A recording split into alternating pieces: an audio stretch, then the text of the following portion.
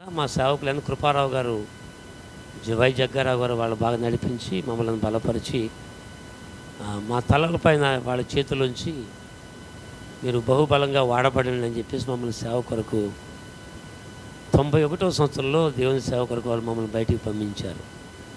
అక్కడి నుంచి నేను 91 నుంచి 89లో దేవ దర్శనం పొందుకొని దేవుని చేత పంపబడి స్థలము, నేను చేసేటువంటి సేవా పరిచర్య, నేను ఎలాగూ సేవ చేయాలో, ఎలాంటి పరిచర్య చేయాలో దేవుడే నాకు చూపించి ఆ పరిచర్య కొరకు నిలవబెట్టాడు. అయితే నేను చాలా భయస్తుండి ప్రియులారా, వాక్యంలోకి వెళ్ళే ముందు నా బయోడేటా మీకు చెప్పాలి. చాలా భయస్తుండి, పెద్ద బొట్టు పెట్టుకుని ఎవరన్నా నా ముందు కనపడితే కాళ్ళు ఒడిగిపోతుండే, మాడేమో చేతబడి చేస్తాడేమో భయం వేసేది.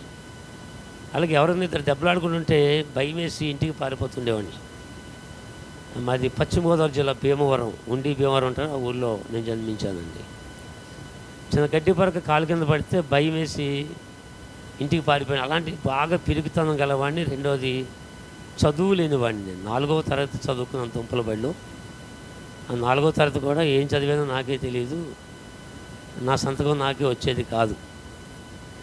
పేదరికం, పేద కుటుంబం, ఆస్తులన్నీ చిన్నప్పుడే చిన్నాన్న చేతిలోకి వెళ్ళిపోయినాయి. మా నాన్నగారు పేషెంట్గా ఉంటూ టైలరింగ్ చేస్తూ పెంచేవారు. తర్వాత మా అమ్మగారు కూడా టీబీ పేషెంట్ అయిపోయిన తర్వాత మా నాన్నగారు 80లో చనిపోయాక నేను 75 నుంచి బట్టల షాపులో పనిచేసి నెలకు 20 రూపాయల జీతం తెచ్చుకొని ఏదో ఇంటది కట్టేవాళ్ళం. అప్పట్లో 3 రూపాయలు ఇంటది కట్టి మా అమ్మ చేతిలో పెట్టేవాడిని. అలా తర్వాత మా నాన్నగారు చనిపోయిన తర్వాత ఇంకా మా అమ్మగారు టైలరింగ్ చేసి మమ్మల్ని పెంచింది. 4 సంతానం అండి మేము, నేనే పెద్దోడిని మా ఇంట్లో. నా తర్వాత 2 చెల్లెళ్ళు, ఒక తమ్ముడు ఉన్నారు. వాళ్ళు మండపేటలో చెల్లి ఉంది, తాడేపల్లిగూడెం చెల్లి, తమ్ముడు విశాఖపట్నంలో ఉన్నాడు, ఆటో వేస్తాడనమాట. అలాగా మా కుటుంబం కొనసాగుతున్నప్పుడు చాలా భక్తి చేసేవాడిని నేను, చాలా భక్తి. ఇక తిరుపతి ఒకసారి, అన్ని క్షేత్రాలు ఒకసారి ఇల్లు వచ్చేసాం. తర్వాత యేసు ప్రభు వారిని నమ్ముకున్న వాళ్ళు ఎవరన్నా చూస్తే ఒక రకంగా ముఖం పెట్టి వెళ్ళిపోతుండేవాళ్ళం. ఆకలి, మాకు అన్నం ఉండేది కాదు, కానీ మతం అంటే చాలా పిచ్చి ఉండేది. మా దేవుడు, మా దేవత, మా ఊళ్ళమ్మ, ఆ అమ్మ ఈ అమ్మ అని తిరుగుతూ ఇంటి నిండా ఫోటోలు పెట్టి ఎప్పుడు పూజ చేస్తుండేవాళ్ళం. తెల్లగా ఉండేవాడిని నేను. విశాఖ ఉప్పుకి నల్లగా అయిపోయింది నేను. సరే, బ్రాహ్మణ కుర్రోడు ఏమనుకునేవారు చిన్నప్పుడు, అలా ఉండేది. మేము కాపు కులం నుంచి, నా ఇంటి పేరు నాయుడు, జాన్ నాయుడు అని పిలుస్తారండి. నా పేరు నాయుడు సత్యనారాయణ, పేరు మార్చి జాన్ అని పెట్టారు, కానీ జాన్ నాయుడు అని పిలుస్తారు. ఆ పేరుతో పిలువబడుతున్నాను. సరే, తర్వాత యేసు ప్రభు వారిని నన్ను దర్శించారు. అన్నీ కూడా 2 ముక్కల్లో చెప్పాలి, అయితే మీకు ఆల్ నైట్ ప్రేయర్ అయిపోద్ది, నా సాక్ష్యమే సరిపోతుంది.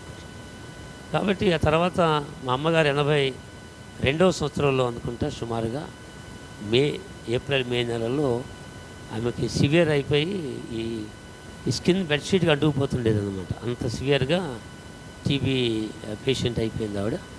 విశాఖపట్నం టీబీ హాస్పిటల్లోనే ట్రీట్మెంట్ చేయించేవాళ్ళం. మేము భీమవరంలో ఉండేవాళ్ళం. అయితే ట్రీట్మెంట్ అవుతున్న సమయంలో డాక్టర్ చెప్పారు 2 రోజుల కంటే ఎక్కువ బతకదని. టెలిగ్రామ్ పంపించారు మాకు. ఆ టెలిగ్రామ్ పట్టుకొని మా అమ్మ అంటే ఇక ఆమె మా ప్రాణాధారం, మా చిన్నతనం. టెలిగ్రామ్ పట్టుకొని నేను పెట్టినటువంటి దేవతల దగ్గరికి వెళ్ళి ఫోటోలు, 30 ఫోటోలు, క్యాలెండర్లు ఉండేవి. ఇప్పుడు ఎంతలాగా లేదు. అప్పుడు కమ్మలిల్లు, మట్టి గోళ్ళు. ఒక వెంకటేశ్వరం ఫోటో కనపడితే క్యాలెండర్ పట్టుకొచ్చి మేకేసి దాన్ని కొట్టాడు. గుర్తు ఎలా అంటే దిగిపోతుంది అనమాట. అలా 30 ఫోటోలు పెట్టి రోజు పూజ చేస్తుండేవాళ్ళు. లక్ష్మీదేవి ఫోటోని డబల్ గ్లాస్తో కట్టించి ఎదరపెట్టి పొద్దున్న చూసి పొద్దున్న పూజ చేసి అంత భక్తిగా ఉండేవాడిని. టెలిగ్రామ్ పట్టుకొని అసలు దేవుడు అంటూ ఎవరు అని ప్రతి రాత్రి 12 గంటల సమయంలో 82 మే అనుకుంటండి. అయితే ప్రతి దేవుడి దగ్గరికి వెళ్ళడం, నువ్వు దేవుడు అయితే మమ్మల్ని రక్షించు అని చాలా మొరపెట్టి ఆ 30 దేవతల్ని కూడా రాత్రి 2 గంటల వరకు ప్రార్థన చేసి వదిలేశాడు. అయిపోయింది, అలసిపోయి నిద్రపోయినప్పుడు. నిద్రపోతే వెంటనే నాకు కళ్ళలో ఏంటంటే ఒక పెద్ద పొట్టేలు లాంటిది ఒక జంతువు వచ్చి నన్ను పొడవడానికి సిద్ధపడుతుంది. నేను ఒక నేరో ప్లేస్లో ఉన్నాను, ఇటు గోడ కట్టింది, మధ్యలో గచ్చు చేస్తుంది, పరిగెడతా ఉన్నాను. నాకు తెలియకుండా పరిగెడుతున్నాను, అది పొడవడానికి వస్తూ ఉంది. ఇక చాలా దూరం ఎదురుకెళ్ళిపోయిన తర్వాత గోడ పైకి వెళ్ళడం లేదు, 12 అడుగులు గోడ ఉంటుంది సుమారుగా. ఇది దగ్గర పడుతూ ఉంది, నాకు భయం వేస్తూ ఉంది ఆ కళ్ళలో. అప్పుడు వెంటనే నేను ఇలా పైకి చూస్తే నేను పెట్టిన దేవతలన్నీ కూడా వరుసగా వచ్చి చుట్టూ నిలబడ్డాయి. ఇలాగా రౌండప్ చేసినాయి అన్నమాట పైన. ఇంక అయిపోయింది నా పని అనుకుంటున్నప్పుడు గొర్రె పిల్లని చేత పట్టుకొని యేసుప్రభు వారు ఒకే కర్ర పట్టుకొని వాళ్ళు అలాగనేసరికి ఇలా చేతులు ఇలా అన్నాడు, మొత్తం అన్నీ బూడిదైపోయి ఎగిరిపోయింది. దేవుని స్తోత్రం కలుగాక. అప్పుడు నాకు ఆ లోపలికి నా చెయ్యి అందించి ఆయన నా చెయ్యి పట్టుకున్నాడు, పైకి తీసుకొచ్చి వదిలిపెట్టి నా వంక చూసి నవ్వేసి అదృశ్యుడైపోయాడు. ఎవరు నాకు సువార్త చేయలేదండి, సువార్త చేసి ఒప్పుకునేవాడిని కాదు. అంతకుముందు చాలా చరిత్ర జరిగింది, అదంతా మళ్ళీ ఎప్పుడైనా మళ్ళీ వచ్చే సంవత్సరం చెప్పుకుందాం. అలాగే యేసుప్రభుని నమ్ముకున్న తర్వాత ఈ యేసుప్రభు ఎందుకు వచ్చాడు నాకు? యేసుప్రభు మా దేవుడు కాదు కదా, మాకు చాలా దేవుళ్ళు ఉన్నారని చెప్పేసి నాలో నేనే ప్రశ్నించుకుంటాను. సుమారు అప్పుడు ఒక 18 ఏళ్ళు ఎంత వయసు ఉంటుందేమో, 18-19 ఉంటాయి వయసు. ఆలోచన చేస్తూ ఉన్నాను. ఆలోచన చేస్తుంటే నాకు ఎందుకు అనిపిస్తుంది, ఇప్పుడు తెలుసు మనస్సాక్షి. అప్పుడు సరే దేవుడిని పిలిచావు కదా, వచ్చాడు కదా, అడగమని, నీ కోరిక ఏంటో అడగమన్నాడు. నాకు 2 కోరికలు ఉన్నాయి. ఒకటి, రాత్రికి ట్రైన్కి వెళ్ళడానికి 100 రూపాయలు ఛార్జీలు కావాలి, ఒక 50 రూపాయలు ఛార్జీలు చాలా అప్ అండ్ డౌన్. రెండోది, మా అమ్మగారు 2 సంవత్సరాలు బతకాలి.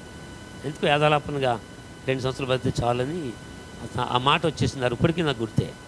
అయిపోయింది. తెల్లవారిన తర్వాత స్నేహితుల దగ్గరికి వెళ్తే నేను కట్టిగా దరిద్రులు నా ముఖం చూడడానికి మా ముందే అనేవారు, అరే ఇది నాయుడుగాడు కనిపించాడు, వీడి ముఖం కనపడి మాకు దరిద్రమేరా అనేవారు అనమాట.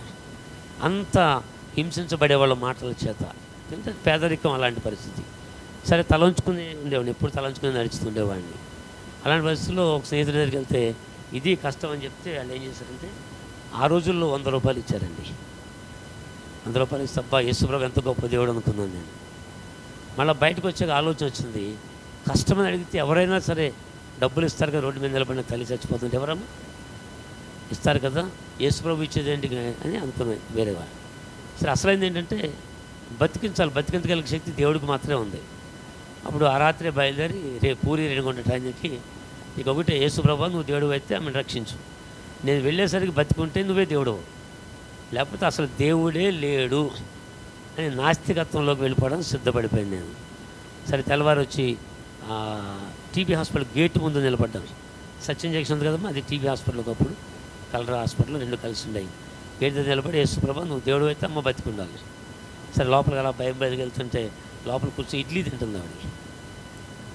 ఆహా బాగానే ఉంది అనుకున్నాను, ఏం చెప్పలేదు. 15 రోజులు ఉన్నసరికి డిశ్చార్జ్ ఇచ్చి ఇంటికి పంపించారండి. డాక్టర్లు నర్సులు ఆశ్చర్యపోయారు, చనిపోవాలి కదా ఈవిడ ఎలాగా. అక్కడ ఓపీలో మందులు ఇచ్చేవాళ్ళు, సత్యవతి కృష్ణవేణి 2 సిస్టర్స్ ఉండేవారు. వాళ్ళు అడిగారు, బాబు ఏమవుతాం, మా అమ్మ ఇంత ఉండేదండి, మా నాన్న నాకంటే ఎత్తుండేవాడు, ఈవిడ్ని డిశ్చార్జ్ తీసుకొస్తుంటే ఈవిడ ఎవరని అడిగితే మా అమ్మ అన్నాను. ఈ వరలక్ష్మి కదా ఆవిడ పేరు, చనిపోవాలి కదా డాక్టర్ సత్యశ్రీ చెప్పారు. అలాంటి కేసు ఎలాగ బతికాడంటే అప్పుడు మొదటి వార్త, యేసుప్రభు మా అమ్మని బతికించాడని చెప్పాను అన్న.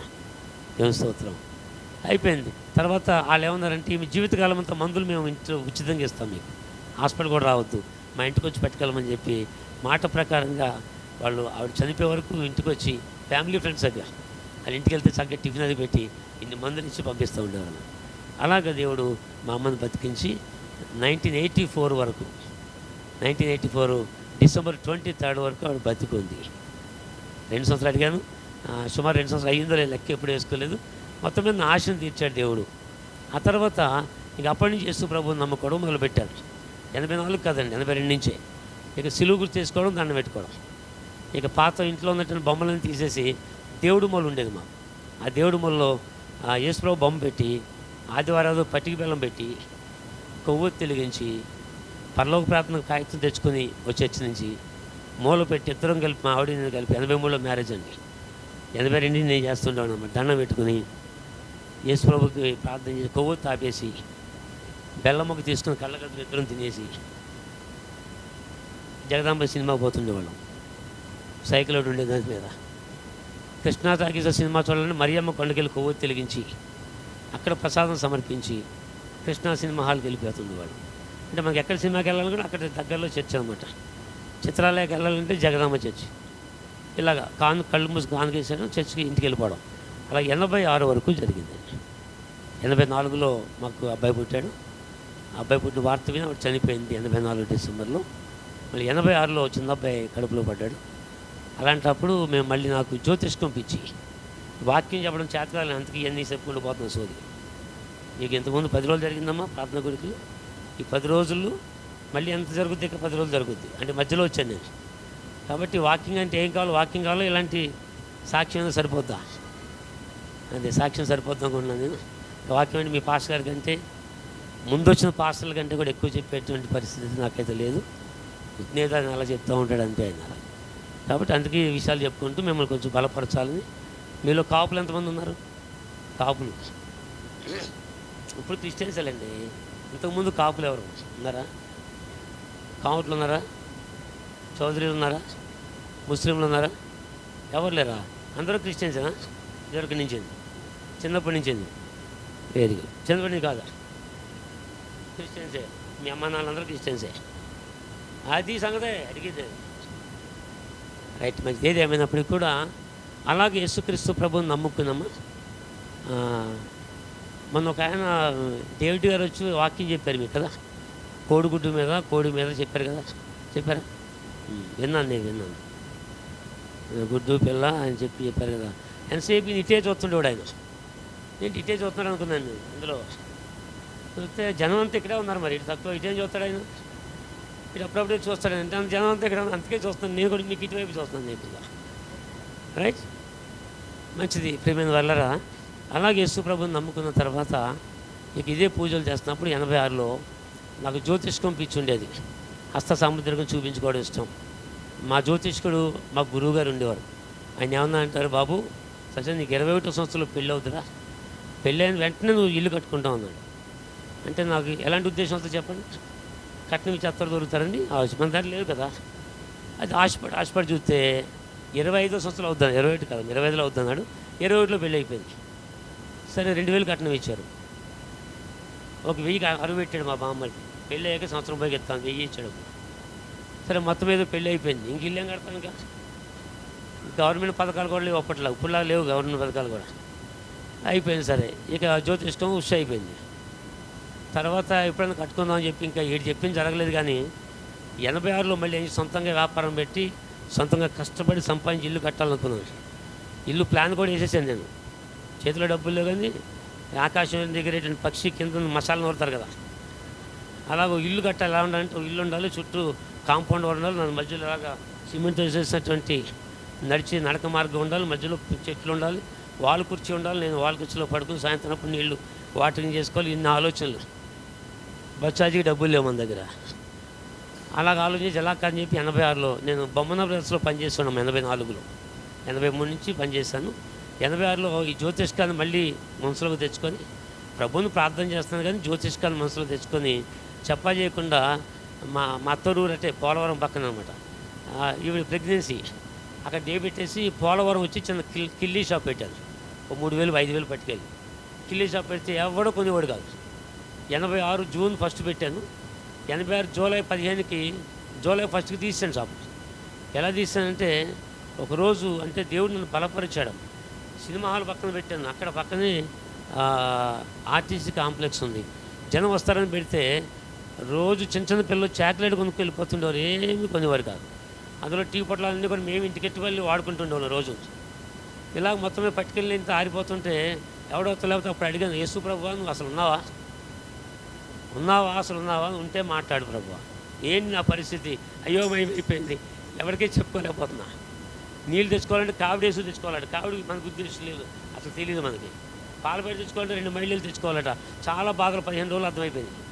ప్రార్థన చేస్తుంటే ఒకరోజు మధ్యాహ్నం 3 గంటలకు కూర్చున్నానండి. ఇలాగా అక్కడ అంతా చేతపడి చేస్తారన్నమాట. ఎక్కువ ఇలా ఉమ్మేస్తారమ్మ కింద. ఉమ్ము ఆరిపోయే లోపల మనిషిని చంపేస్తారు. అలాంటి చేతపడి చేసేవాళ్ళు పోలవరంలో ఇప్పటికి కూడా ఉన్నారు. పోలవరం అంతా కూడా ఏజెన్సీ ఏరియా అనమాట. అలాంటి పరిస్థితి. అయితే కూర్చుని మేము ఆలోచిస్తుంటే ఒక వాయిస్ లౌడ్గా, కుమారుడా విశాఖపట్నం వెళ్ళిపో అని ఒక వాయిస్ వస్తుంది. చుట్టే ఎవ్వరూ లేరు చుట్టూను. ఇక నా పని అయిపోయింది, ఎవడో చేతపడి చేసి చంపేస్తారు అనుకుని వెంటనే మూత వేసి ఇంటికి వెళ్ళిపోయి యేసుప్రభు అనుకుని ఇంటికి వెళ్ళిపోయి మళ్ళీ మన్నాడు తప్పదు కదా. మళ్ళీ వచ్చి కూర్చుంటే మళ్ళీ మధ్యాహ్నం 3 గంటలకి ఇదే వాయిస్ మళ్ళీ వినపడుతుందమ్మా, కుమారుడు విశాఖపట్నం వెళ్ళిపోమని. ఇక ఇక్కడ ఉంటే సుఖంగా చచ్చిపోతాం అనుకుని రాజమండ్రి బొమ్మనా దగ్గరికి వెళ్ళానండి. సరే ఏదో తప్పు అయిపోయి వచ్చేసాను, నెల అయిపోయింది. ఆయన నాన్న తిట్లు తిట్టాడు, ఎవడు వెళ్ళిపోమని నిన్నని. అప్పటికి 400 జీతం ఇచ్చేవారు, సుఖంగా ఉండేవాడిని, ప్రాణం దుఃఖాన్ని పెట్టుకున్నాను. సరే అయితే అన్నాను, సార్ నేను విశాఖపట్నం రాను, ఇంకా నాకు భయం, రాజమండ్రి ఉండిపోతానంటే ఆయన మాకు రాజమండ్రిలో స్టాఫ్ అక్కలేదు, విశాఖపట్నంలో నీకు సూపర్వైజర్ పోస్ట్ ఇస్తా ఉన్నారు. సరే చెప్పి ఆయన వెళ్ళిపోతుంటే ఛార్జీలు కూడా ఉన్నాయి అన్నాడు. లేవు సార్, అప్పట్లో 1500 ఇచ్చి పట్టుకెళ్ళి సామాన్లను పట్టుకుని వైజాగ్ వెళ్ళి నేను చెప్పి జాయిన్ అయిపోరేమన్నాడు. అమ్మయ్య కదా, వెళ్ళిపోమని చెప్పింది ఎవరండి ఇప్పుడు? విశాఖపట్నం వెళ్ళిపోమని చెప్పింది పరిశుద్ధాత్మ దేవుడు స్వరమెత్తి మాట్లాడినటువంటి పరిస్థితి నేను విన్నాను. నేను ఇక్కడికి వచ్చిన తర్వాత గురుద్వారా దగ్గర కాపురం పెట్టాను సీతంపేటలో. కొన్నాళ్ళు ఉన్నాను గురుద్వారా దగ్గరికి. షాప్ ఉండేది దాని లోపల సందులో చాలా కాలం ఉన్నాం. తర్వాత 86లో రాజస్వామిపాలెం వచ్చేసాం. అలా అంచెలంచెలుగా దేవునితో నడవడం మొదలుపెట్టి 86లో గురుద్వారా దగ్గరికి వచ్చిన తర్వాత ఎన్ కృపారావు చర్చి విడిపోయారండి. అప్పర్ రూమ్ విడిపోయి మా ఇంటి ముందే ఆరాధన జరిగించేవారు. అయితే పాటలు వినబడుతుండే, గెడ్డలు ఉండే పాస్ గారికి. సరే మా పక్కన సుగుణమ్మని ఒక ఆవిడ ఉండేది. ఆవిడ చెప్తుండే మేము ఏం చేసేవాళ్ళం, పూజ ఎలా చేసేవాళ్ళమ్మా మీరు చెప్పండి.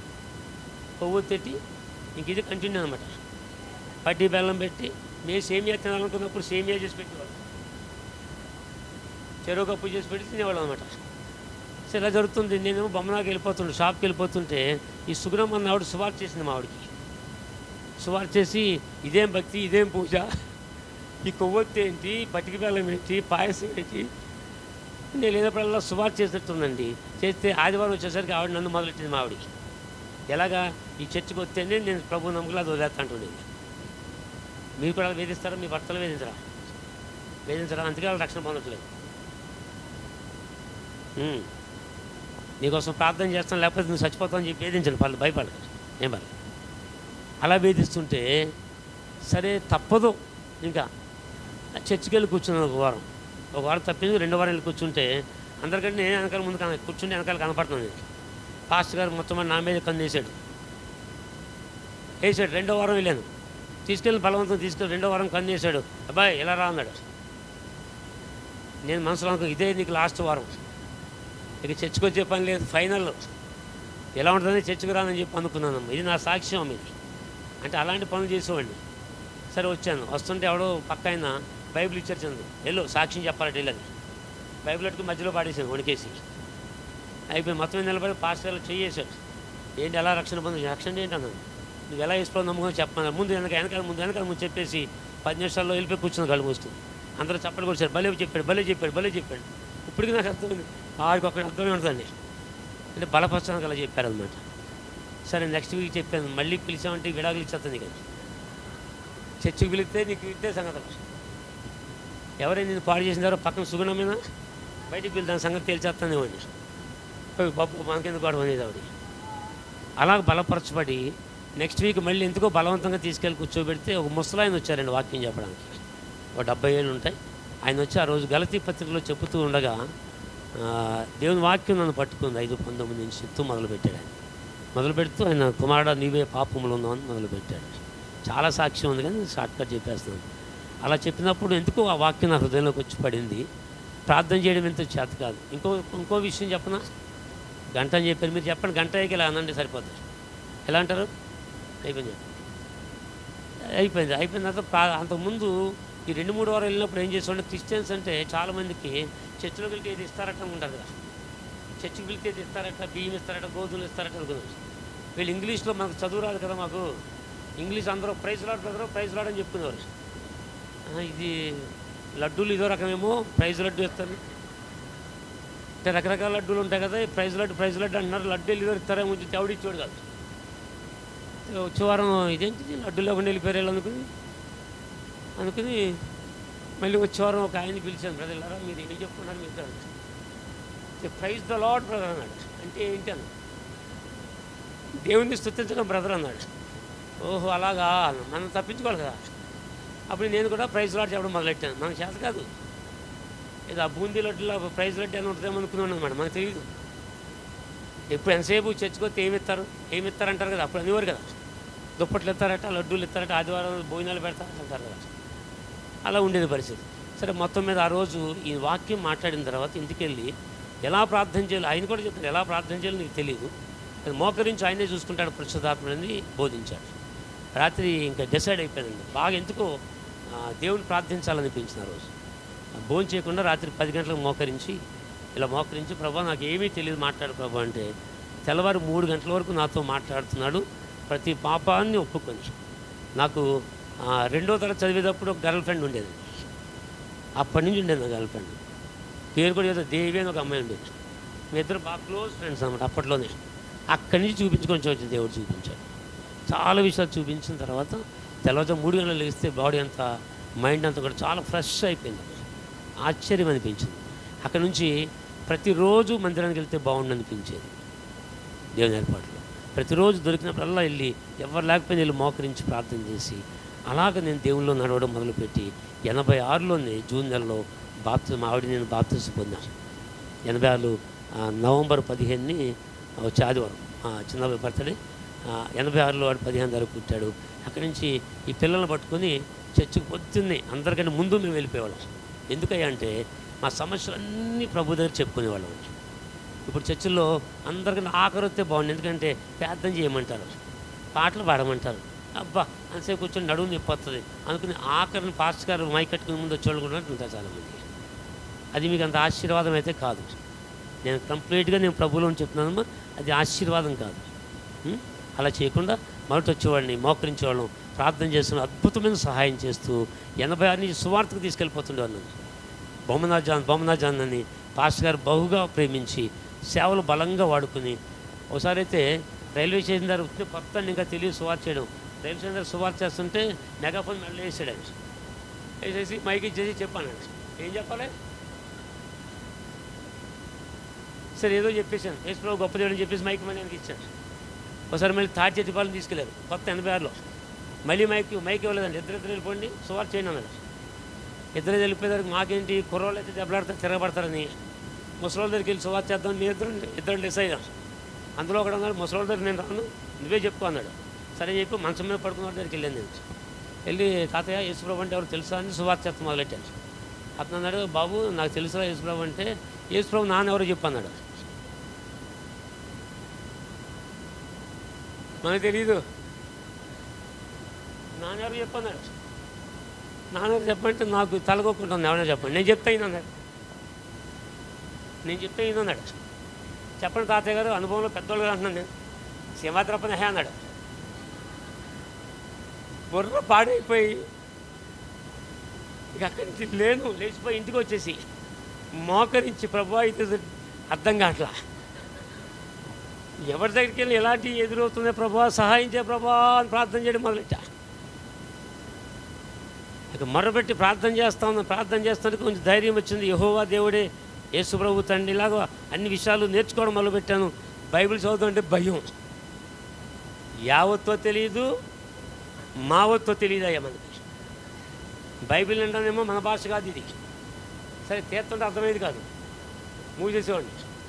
అలాగా వదిలేశాను. ప్రార్థన చేస్తున్నవాడిని.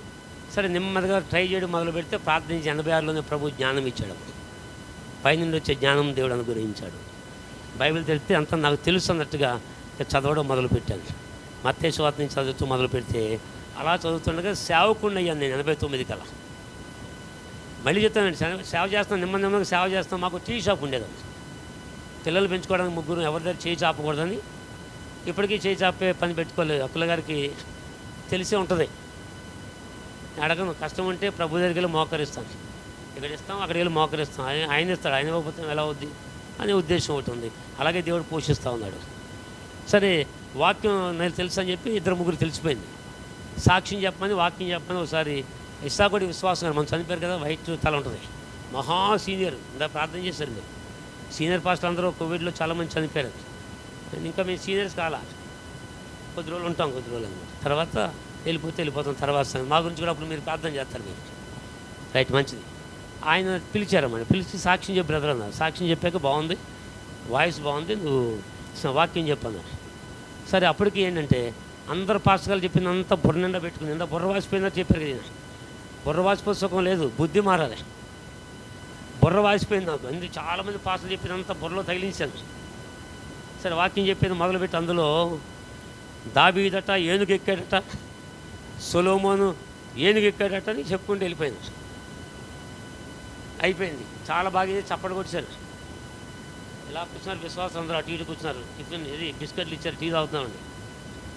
పాస్టర్ గారు పక్కన కూర్చోబెట్టి బొజ్జు మీద చేసి బెదరు, చాలా చాలా బాగా చెప్పావు నువ్వు, వాక్యం సూపర్గా చెప్పి బలంగా దేవుడు నిన్ను వాడుకుంటాడు, కానీ ఒక తప్పు ఉందన్నాడు. మనకు తప్పు ఉందంటే తల కొట్టేసేట్టు ఉంటుంది. ఏం తప్పు సార్ అంటే దావీదు కాలంలో ఏనుగులు ఎక్కలేదని వాళ్ళే అసలు. సొలొమోను కాలంలో కూడా ఏనుగులు వాళ్ళ ఏనుగు దంతాలు వాడారు. నువ్వు బైబిల్ చదవలేదేమో అన్నాడు. ఇక బిస్కెట్ ఎలా నోట్లోకి వెళ్ళిందో తెలీదు, ఆ టీ ఎలా పోసేస్తుందో తెలియదు. సైకిల్ ఎక్కి ఇంటికి వచ్చేసి ఇక నేను సేవ చెయ్యను ప్రభువా,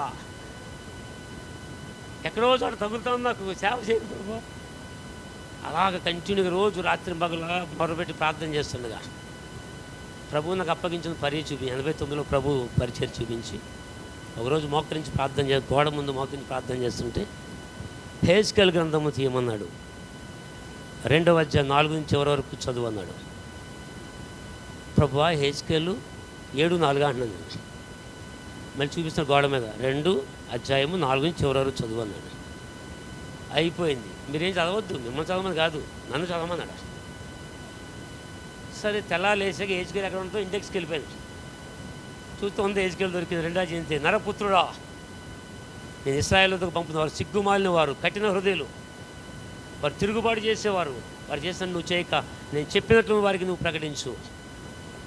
నువ్వు తేళ్ల మధ్య సంచరిస్తున్నావు, బ్రహ్మదన్ని చెట్ల మధ్యలో సంచరిస్తున్నావు, అయినా జనులకు భయపడకు. ప్రభు యెహోవా చెప్పింది ఏమనగా వారి మధ్య ప్రవక్త ఉన్నాడని వారు తెలుసుకున్నట్లు నువ్వు ప్రకటించు అన్నాడు. అది చదివిన తర్వాత సరే ప్రభు ఎక్కడ ప్రభు అంటే ఒక స్థలం చూపించారు. ఇప్పుడు నేను సేవ చేసే స్థలం అదేనండి, చర్చది కట్టాం. ఆ స్థలంలోనే ఇద్దరు దొరికారు. ఇద్దరితో ప్రార్థన చేసి ప్రారంభించి నేటికి అక్కడ 91లో ప్రారంభించి అక్కడే సేవ చేస్తూ ఆర్లోలో కూడా మరొక చోట 18 సంవత్సరాలుగా జయరాజు గారి ఇంట్లో, ఆయన తెలుసు జయరాజు గారిని, నా ఇంట్లో ప్రార్థన చేస్తూ ఈ 2 సంఘాలు నడిపిస్తూ ఉన్నాను. నేను మీ పాస్ గారిని బిజీ కాదు, నేను అసలు సేవ చేయడం లేదా. ఈ 2 సంఘాల్లో వాకింగ్ చెప్తే సరిపోతుంది. ఆదివారం 2 ఆరాధనలు, మధ్యలో గృహ కొడుకులు ఉంటే పిలుస్తారు.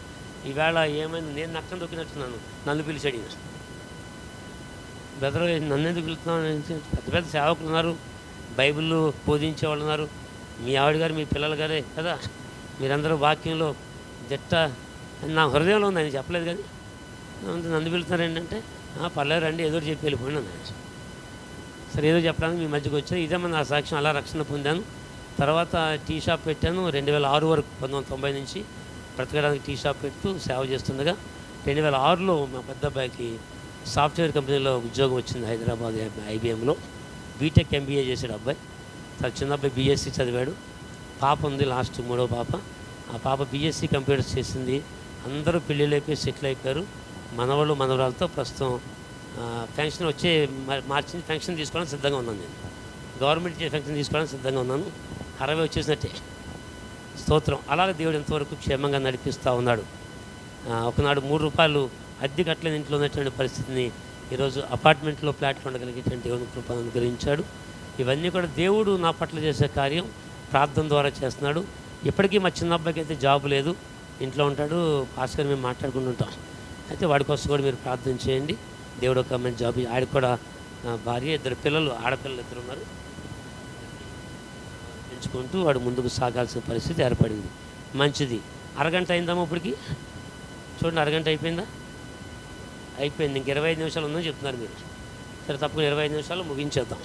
దేవుని ఎఫెసీ పత్రిక నుంచి ఒక మాట చూద్దాం. పౌలు ఎఫెసీలకు రాసినటువంటి పత్రిక 1వ అధ్యాయం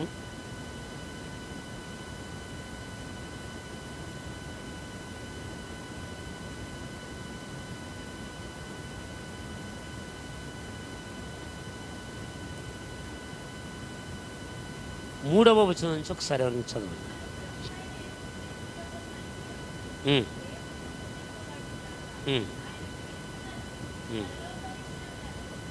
సంబంధమైన ప్రతి ఆశీర్వాదమును మనకు అనుగ్రహించెను. ఎట్లనగా తన ప్రియుని యందు తాను ఉచితముగా మనకు అనుగ్రహించిన తన కృపా మహిమకు కీర్తి కలుగునట్లు తన చిత్త ప్రకారమైన దయా సంకల్పము చొప్పున యేసుక్రీస్తు ద్వారా తనకు కుమారులుగా స్వీకరించుటకై మనలను ముందుగా తన కోసం నిర్ణయించుకొని మనము తన ఎదుట పరిశుద్ధులమును నిర్దోషములనై ఉండవలెనని జగత్పునాది వేయబడక మునుపే ప్రేమ చేత ఆయన క్రీస్తులో మనలను ఏర్పరచుకొనెను. స్తోత్రం. హల్లెలూయా. ఈ ఎఫెసీ పత్రికను మనం చూస్తే ఎఫెసీ పత్రికలో ఉన్నట్లుగా మనం జీవించగలిగితే దేవునికి సంతోషం కలుగుద్దట. ఈ ఎఫెసీ పత్రికలో ఆయన ఏమంటాడంటే, మనకు తెలియదు మన రక్షణ పొందుతాం అనే సంగతి మనకు తెలియదు, కానీ దేవుడే ప్రియమైన వాళ్ళరా రక్షణ ప్రణాళిక కొరకు మనలను సిద్ధపరిచాడు. నేను ఇక ప్రార్థన చేయకుండా ఎందుకు వెళ్ళిపోతున్నాను తెలుసా? నాకంటే ముందు పాస్టర్ గారు నా కోసం ప్రార్థన చేసేసారు. నేను అడుగుదాం అనుకున్నాను మీరు ఎవరైనా ప్రార్థన చేయమని, ఆయన ముందుగానే ప్రార్థన చేసేసారు. మీ అందరికీ తెలిసినటువంటి విషయమే, అసలు క్రైస్తవ సంఘం అంటే ఎలా ఉండాలి అనే దాని మీద నేను ఎక్కువగా చాలా చోట్ల చెప్తూ ఉంటాను. నేను క్రైస్తవ సంఘం అంటే ఎలా ఉండాలి, అసలు క్రైస్తవ సంఘం అంటే ఏంటి. చాలామంది ఇప్పుడు చర్చినే సంఘం అంటారు, కానీ కాదు. సంఘం అనేది మనందరం కూడుకుని ఉన్నటువంటి ఒక సంఘం. ఇది ఈ సంఘము ఎవరు అని అడిగితే క్రీస్తు ప్రభు యొక్క శరీర అవయవాలన్నీ కలిపి సంఘము అని బైబిల్ గ్రంథం మనకి బోధిస్తుంది. అయితే సంఘములో చాలామంది ఎలాంటి ఆలోచన కలిగి ఉంటారంటే, దేవుని దగ్గరికి వెళితే రక్షణ పొందితే మాకు దీవెన కలుగుతుంది అని అనేక మంది నమ్ముతారు. అవునండి? సంఘానికి వెళ్తే ఏం జరగాలి? మనకి దేవుని దీవెన ఆశీర్వాదం కలుగుద్ది అంటే, ఒకవేళ ఆశీర్వాదం కనుక కలగకపోతే, ఒకవేళ దీవెన కలగకుండా ఎప్పుడున్న పరిస్థితిలోనే మీరు దేవుడు కొన్నాళ్ళు అలా ఉంచితే, అలాగే కోవిడ్ టైంలో చాలామంది అలాంటి వాళ్ళందరూ చల్లారిపోయారండి. అంటే వాళ్ళ జీవితంలో ఏమీ జరిగినట్టు కనపడలేదు. విషయం ఏంటంటే, దేవుడు కోవిడ్ బారిన పడకుండా మన సంఘస్థులందరినీ దేవుడు కాపాడుతున్నాడు. ఈ ఒక్క సంగతి గ్రహించక మా విషయంలో దేవుడు ఏమీ చేయలేదు, ఏముందప్ప ఏముంది, ఇబ్బందులు పడుతున్నాం, ఎప్పుడూ బతికే కదా అనేటువంటి పరిస్థితిలో చాలామంది సంఘస్థులు చాలా సంఘాల్లో చల్లబడిపోయారు. అయితే దేవుడు కోరుకునే సంఘం ఏంటంటే, నేను అనుకుంటాను మనం చాలా ధన్యులమండి, చాలా ధన్యులం. మన ఏరియాకి ఎమ్మెల్యే గారు కానీ ఎంపీ గారిని వచ్చి జనాలందరిలో నిన్ను పేరు పెట్టి పిలిస్తే నీకు గౌరవంగా ఉంటుంది ఉండదా? నిన్ను పిలిచారనుకో, అమ్మాయి సౌమ్య ఇలా లేచి రమ్మన్నారు అనుకో, అమ్మాయికి ఎంత ఆనందం అండి. అబ్బా ఎమ్మెల్యే గారు నా పేరు తెలిసి పిలిచారు అని గర్వంగా ఫీల్ అవుతాం కదా. అయితే దేవుడు ఈ ప్రపంచం అంతట్లో లేక మన చుట్టూన్న ప్రజల్లో నిన్ను ఏర్పరచుకున్నాడు. ఎప్పుడు ఇది భూమి పునాది జగత్తు పునాది వేయబడక ముందే క్రీస్తు యేసులో నిన్ను నన్ను దేవుడు ఎన్నుకున్నాడు. ఎందుకు ఎన్నుకున్నాడంటే అపవాది చేతిలో పడకుండా, నరకానికి పోకుండా. రెండోది, అపవాది చేత ఎడవబడే మనము తిరిగి అపవాదినే గద్దించగలిగే స్థాయిని దేవుడు మనకు అనుగ్రహించాడు. హృదయంలో ఎంత ఆనందం తెలుసా? ఒకప్పుడు వాడికి భయపడేవాళ్ళం, ఊడికం చేసేవాళ్ళం. ఇప్పుడు వాడు కనపడకపోయినా గద్దించే శక్తిని దేవుడు మనకు అనుగ్రహించాడు. చెప్పండి, సాతాను అంటే ఎలాంటి వాడు తెలుసమ్మా? అంటే ఎక్కువ రిఫరెన్స్ చెప్పడం టైం సరిపోదు. యెషయాలో అంటాడు, వాడట భూమిని అడవిగా చేయగలవాడట. భూమి అంతటిని ఒకేసారి అడవిగా చేయగలడు. రాజులను రాజ్యాన్ని కూడా పడగొట్టగల శక్తి వాడికి ఉంది. అంత శక్తిమంతుడు. అందుకే దేవుని సింహాసనం మీద నేను ఉండాలి అనుకున్నాడు వాడు. అలాంటి సమయంలోనే దేవుడు వాడిని సాతానుగా పిలిచి మధ్యాకాశంలో పాడేశాడు తీసుకొచ్చి. ఆడొక రాజ్యాన్ని స్థాపించుకున్నాడు. ఇవన్నీ పెద్ద చరిత్ర. అయితే వాడు పడిపోయాడు కదా, వాడికి అంత గర్వం ఉండేది. అయితే వాడి చేతిలో పడి మనం చాలాసార్లు ఎప్పటికీ కూడా కొంతమంది క్రైస్తవులు ఇంకా వాడి చేతిలోనే ఉన్నారండి. వాడి చేతిలో ఇంకా కొంతమంది బయటికి రాలేదు. కానీ దేవుడు అంటున్నాడు, నువ్వు ఎప్పుడైతే నా రక్తం మీద కడగబడ్డావో ఆ తర్వాత ఎదగాలి. నువ్వు రక్తం మీద కడగబడినటువంటి ప్రతి విశ్వాసి ఏం చేయాలంట? ఎదగాలి. ఎలా ఎదగాలంటే వాక్యము చేత. అది కూడా ఎఫెసీలో అంటాడు, వాక్యము చేత. వాక్యము ఉదక స్నానం చేత పరిశుద్ధపరచబడాలి. తిమోతి అంటాడు, నీ వాక్యంలో ఎదగాలి, పెంపారాలి, చాలా బలముగా తయారవ్వాలి. అలాగే పేతురు అంటాడు కదా, నువ్వు హెచ్చించబడాలంటే ఆయన చేతి కింద దీన మనస్కులై ఉండాలి, ఆత్మలు ఎదుగుతుండాలి, దేవుని దగ్గర దీన మనస్కులై ఉంటుండాలి. నీ ప్రతి కష్టంలో కూడా ప్రభువుకి అప్పగించాలి. ఎందుకంటే శరీరం నీది కాదు, ఆత్మ నీది కాదు, ప్రాణం నీది కాదు, సమస్తం ఆయనవే. నువ్వు వాడుకునే భూమి నీది కాదు, ప్రకృతి నీది కాదు. ప్రతి ఒక్కటి దేవుడే కలగజేశాడు. యోహాను 1 అధ్యాయంలో, యోహాను సువార్త 1 అధ్యాయంలో ఆయన లేకుండా ఏది కలగలేదు, ఆయనలో జీవం ఉండెను కదా, ఆయన లేకుండా ఏది కలగలేదు, అన్నీ ఆయనే కలగజేసి, రక్షణ కూడా తానే కలగజేసి, మన క్రియల చేత కాకుండా తన కృప చేత మనకు రక్షణ దయచేసి నిన్ను బలపరిచి మరొక సంగతి చెప్పాడు. ఇదిగో నువ్వు సాతానును గద్దించాలి. నువ్వు పరమగీతం 6:10లో చెప్తాడు కదా, సంధ్యారాగము చూపట్టుచు సంఘం ఎలా ఉండాలి? సంధ్యారాగము చూపట్టాలి, చంద్రబింబం అంత అందముగా ఉండాలి, సూర్యునంత స్వచ్ఛముగా ఉండాలి, సూర్యునంత స్వచ్ఛమును కళలు కలదై ఉండాలి, వ్యూహిత సైన్య సమభీకర రూపిణి అయి ఉండాలి. సంఘం ఎలా ఉండాలి? అందంగా ఉండాలి, కళంకం లేకుండా ఉండాలి, తేజలితో ఉండాలి, తర్వాత అదే స్వచ్ఛంగా ఉండాలి. తర్వాత వ్యూహిత సైన్య సమభీకర రూపిణి ఈమె ఎవరంటే యుద్ధానికి కూడా ఖచ్చితంగా పంక్తులు తీరి నిలబడాలి కదా. మీరు పాడుకుంటారు ఈ పాటలన్నీ కూడా. 10 నిమిషాలు లేట్ అయినా పర్లేదమ్మా, పర్లేదు. ఆయన అడగాలి, మిమ్మల్ని అడుగుతానంటే పర్లేదు. చంద్రుని లాంటి అందము గలది, సూర్యుని అంతటి స్వచ్ఛమైనది. చంద్రుని లాంటి అందము గలది, సూర్యుని అంతటి స్వచ్ఛమైనది. ఎవరీమే ఎవరీమే ఎవరీమే ఎవరీమే క్రీస్తుకు ప్రియమగు సంగమిది, క్రీస్తుకు ప్రియమగు సంగమిది.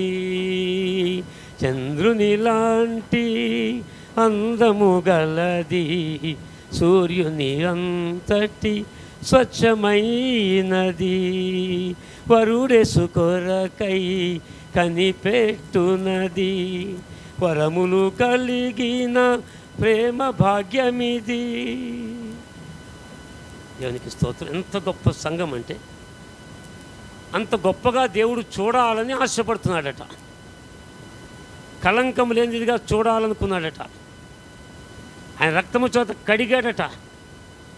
ఇప్పుడు చెప్పండి, సంఘములోకి ఎందుకు వస్తున్నాం మనం? ఎందుకు ప్రార్థన చేస్తామంటే నీ ప్రార్థనకు విలువ ఉంది.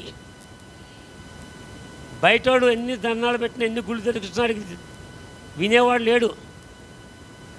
ఏలియా కరిమేల పర్వతం మీద అంటాడు, మీ దేవుడు ఎటు వెళ్ళాడో చూడండి, ప్రయాణం చేస్తున్నాడో చూడండి, గట్టిగా కేకలేండి ఎగదాలు చేస్తాడు. మా దేవుడు ప్రార్థన చేసి ఆలకించి దిగి వచ్చే దేవుడు అంటాడు ఏలియా. ఆ దేవుడే మన దేవుడు అండి. ఈరోజు ఉండాల్సిన పరిస్థితి, సంఘములో నేను పాటలు పాడటమా, డ్రమ్ము వాయించడమా, వాక్యం చదవడమా, లేకపోతే ముందు వరుసలో కూర్చోవడమా, ఇవన్నీ తర్వాత సంగతి. నువ్వు ఉండాల్సింది సాతానుకి భయం వేసేటువంటి వ్యక్తిగానే ఉండాలి. నిన్ను చూడగానే వాడికి భయం వేయాలి. సరే, ఇంకొక మాట మీకు చెప్తాను. సంఘం అంటే దీవించబడాలి.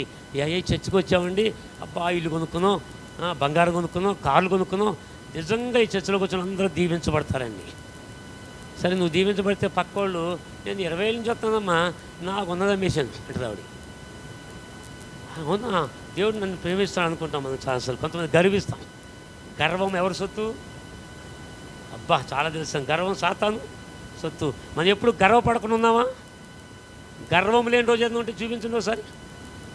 ఏదో సమయంలో అందాన్ని బట్టో, జుట్టును బట్టో, వేసిన పేరెంట్ లవ్లీని బట్టో, వేసిన బట్టలను బట్టో, ఉన్న ఇల్లును బట్టో, వేసినటువంటి ఫోటోలను బట్టో, బొమ్మలను బట్టో, ఎక్కడో చోట నీకు అతిశయం అనేది, చిన్న గర్వం అనేది వస్తున్నది. పక్కవాడి బిర్యానీ సరిగా ఉండలేకపోతే నువ్వు బాగా వండిందని చెప్తే చాలు, ఇక నేను పట్టుకోలేవు. అంటే తెలియకుండానే సాతానుడు మన హృదయం లోపల గర్వాన్ని ఉంచుతాడు. అందుకంటాడు పౌలు, సాతాను తంత్రాలను మనం ఎరుగని వారము కాదు, సాతాను తంత్రం ఎరగని వారము కాదు. మరి ఎరిగిన వారమైతే సాతాను తంత్రాలు గద్దించాలి కదా. అయితే మరొక సంఘాన్ని చూద్దాం. బైబిల్లో రాయబడినటువంటి ఒక సంఘము, అద్భుతమైన సంఘం ఒకటి ఉన్నది. 2వ కొరింథీ పత్రిక 8వ అధ్యాయము 1వ వచనంలో ఒక సంఘాన్ని చూపిస్తున్నాడు పౌలు. సహోదరులారా, ఏంటమ్మది? మాసిదోనియా సంఘమునకు అనుగ్రహింపబడి ఉన్న దేవుని కృపను గూర్చి మీకు తెలియజేయుచున్నాము. దేవుని కృపను గూర్చి మీకు తెలియజేయుచున్నాను. ఎలాగనగా వారు బహు శ్రమల వలన పరీక్షించబడగా అత్యధికముగా సంతోషించిరి. ఆగండి చాలు. ఈ సంఘం అట ఎంత దీవెన పొందింది? మాసిదోనియా సంఘం ఎంత దీవించబడింది? ఇంకా కొంచెం కింద చదువమ్మా. మరియు నిరుపేదలైనను వారి దాతృత్వము బహుగా విస్తరించాలండి. ఆ సంఘస్థులంటే ఎలాంటి వాళ్ళు? శ్రమల వలన పరీక్షించబడ్డారు, నిరుపేదలై ఉండి దాతృత్వం అంటే అది ఇచ్చే మనసు కాదు, ఇచ్చే గుణం కూడా. మనసులో లేకుండా ఇవ్వగలమేంటి? పేదరికం అట కడు వాళ్ళు ఎవరంట? నిరుపేదలు. పేదల కంటే కూడా అట్టడుగు వర్గము వాళ్ళ సంఘములు ఉన్నారట. వారిపైన దేవుని కృప ఉన్నదా లేదా? ఉన్నదా? కృప ఉంటే వాళ్ళకి ఏం కలిగింది? మాసిదోనియా సంఘం మీద కృప ఉంది. ఏం కలిగింది? పేదరికం కలిగింది. శ్రమల వలన శ్రమలు కలిగినాయి. బహు పేదరికం సంఘం. కానీ దేవుడు బలముగా ఆ సంఘస్థులను వాడుకున్నాడండి. యెరూషలేములో పరిశుద్ధులకు కూడా వీళ్ళే సహాయం చేశారట పేదరికంలో. ఈరోజు ఒకవేళ ధనం ఉండొచ్చు, లేకపోవచ్చు. కొంతమంది ఒక టార్గెట్ పెట్టుకొస్తారు.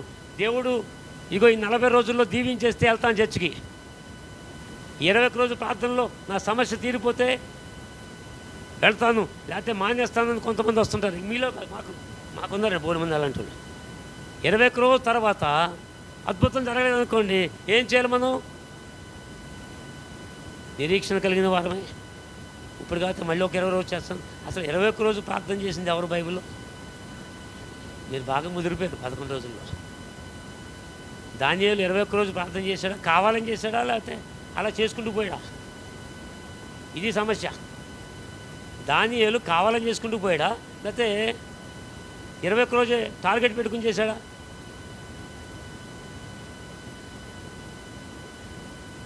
మీరు ఇప్పుడేం తీయదు, తర్వాత చదువుకోండి. కానీ దానియేలు ప్రార్థన చేయడం మొదలుపెట్టాడు. స్నానాభిషేకాలు చేసుకోలేదట, మాంసం తినలేదట. మిగతాది మామూలుగా బతుకుతున్నాడు. ప్రార్థన చేస్తున్నాడు ప్రార్థన చేస్తున్నాడు. ప్రార్థన చేస్తున్నది ఇంకో విషయం జరుగుతుంది. ప్రార్థన జవాబు పంపబడింది గాబ్రియేల్ చేత. కానీ జవాబు పట్టుకుని కిందకి రాలేకపోతున్నాడు గాబ్రియేల్. ఎందుకు రాలేకపోతున్నాడమ్మా గాబ్రియేల్ తోత? సాతాను అడ్డగించాడు. నువ్వు కిందకి వెళ్ళడానికి వీల్లేదు. అతడు ప్రార్థన చేస్తాడా మానేస్తాడో చూద్దాం అనుకున్నాడు సాతాను. 21 రోజుల తర్వాత ఎవడు చేస్తాడో అనుకుంటాడేమో, అప్పుడు మళ్ళీ దూతను వెనక పంపించేద్దాం అనుకున్నాడు. ఈయన కంటిన్యూ చేస్తున్నాడు. అయిపోయింది, యుద్ధం అవుతుంది. దేవుడు ఏం చేస్తాడు మరి పరలోకంలో కూర్చుని? ఇది ప్రశ్న. ఇలా అడగాలి దేవుణ్ణి. 21 రోజు జరుగుతుంటే దానియేలు ప్రార్థన చేస్తుంటే గాబ్రియేలుతో అడ్డుపడుతుంటే, ప్రభువా నువ్వేం చేస్తున్నావు పైన కూర్చుని? చూస్తున్నాడు పైనుంచి, అలా గాబ్రియేలుతో చూస్తున్నాడు. ఒక్క మాట అక్కడి నుంచి సాతాను గద్దిని తెలిపోయాడు సాతాను. కింద ప్రార్థన అవుతుంది. ఆ ప్రార్థన దేవునికి వినసొంపుగా ఉందంట. గాబ్రియేలు వెళ్ళిపోతే మానేస్తాడు ప్రార్థన. గాబ్రియేలు కిందకి వెళ్ళిపోతే దానియేలు ఏం చేస్తాడు? ఎందుకో దానియేలు ప్రార్థన ఇంకా వినాలనిపిస్తుందట. హల్లెలూయా. మీకు తెలుసా, మనలందరినీ ఇంత ముదిరిపోయాం కదా మనం. అయినా సరే దేవుడు నా చిన్నపిల్లలారా అంటాడు. చిన్నపిల్లలు ఎన్నిసార్లు తప్పులు చేస్తారో, ఎన్నిసార్లు ఇబ్బంది పెడతారో, ఎన్నిసార్లు ఎన్ని బద్దలు కొట్టేస్తారో, అయినా సరే అరే బద్దలు కొట్టేసావా అని చెప్పి దగ్గర తీసుకుని మా నాయనే ముద్దాడతాం కదా. దేవుని కట్ట 100 ఏళ్ళు మనకు వచ్చినా సరే చంకనెత్తుకుని, అబ్బా మా బుజ్జి నాన్న భలే తప్పులు చేస్తున్నారా, అబ్బా ఏంటి ఆ పళ్ళుడి పైన ప్రార్థన చేస్తున్నావు, భలేగుందరా నీ ప్రార్థన వినాలనుకున్నాను అంటే, నేను పక్కన కూర్చుని నేను కూర్చుని 24 పెద్దలు, 4 జీవులు, 1,000,000 దేవదూతలు, శరాపులు, కెరూబులు, మహాదూతలు సైన్యం, 6 రెక్కలు కలిగిన దూతలు స్తుతిస్తుంటే అది మానేసి నన్ను అట్టుకుని నువ్వు ప్రార్థన చేయి, నువ్వు స్తోత్రం చేయంటాడు. మాకు చేత కాకపోతే అంటే, నా చిన్నపిల్లలారా, క్రీస్తు ప్రేమ అలాంటిదమ్మా. అందుకే సంఘంలో ఎన్నో తప్పులు జరిగినా, ప్రార్థన జరగకపోయినా, ఆయనకి ఇష్టమైన రీతిలో మనం జీవించకపోయినా, ఆయన ఎప్పుడు మనల్ని దీవించడానికి ఇక్కడ నిలబడి ఉన్న దేవుడు ఆయన. తల్లి అయినా వదిలేస్తుంది, తండ్రి అయినా వదిలేయచ్చు, కానీ ఆయన ఎప్పుడూ కూడా మురికి బట్టలతో వచ్చినా సరే ఆయన ఏం చేస్తాడు? కౌగిలించుకుంటాడు. అందుకే ప్రభు చెప్పారండి, పందులు తిరిగే చోటు నుంచి వచ్చాడు ఎలా ఉంటాడు? కంపు కొడుతుంటే కుమారుడాన్ని కౌగిలించుకు ముద్దు పెట్టుకొని బంగారు ఉంగరం పెట్టాడు. అంటే అంతకంటే గొప్ప ప్రేమ క్రీస్తు ప్రేమ. ఆ ప్రేమ సంఘములో నిన్ను ఏం చేస్తుందో తెలుసా?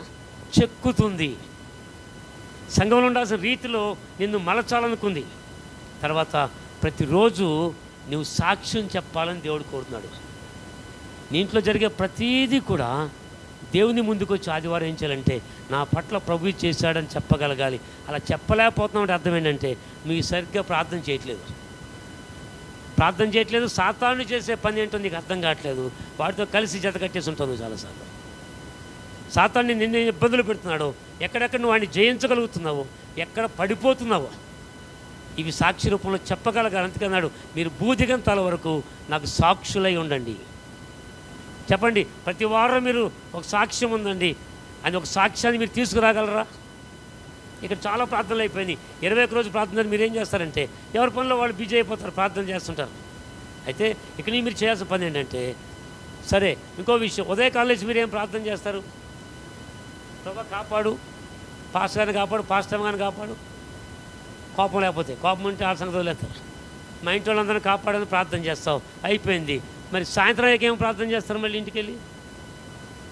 చెప్పండి, మీరు చెప్పాలి నాకు, లేట్ అయితే అయిందిలే. సాయంత్రం ప్రార్థన ఎలా ఉంటుంది? ప్రభా సుఖనిద్ర దయచే ప్రభా, మంచి మంచి కళలు రావాలి ప్రభా, కాచి కాపాడు ప్రభా. మరి పొద్దున కాచి కాపాడమని ప్రార్థన చేస్తాం, మళ్ళీ సాయంత్రం కాచి కాపాడమని ప్రార్థన చేస్తాం కదా. ఒక ఆయన పాట రాశాడు, దినములోన చేసిన సేవ దైవ చిత్తముకు సరిపోవా, దీనుడవయ్యు ఒంటిగా కొండపై చేసిన ప్రార్థన నేర్పుమయా, ప్రార్థన వినడి. గుర్తుందా ఈ పాట మీకు?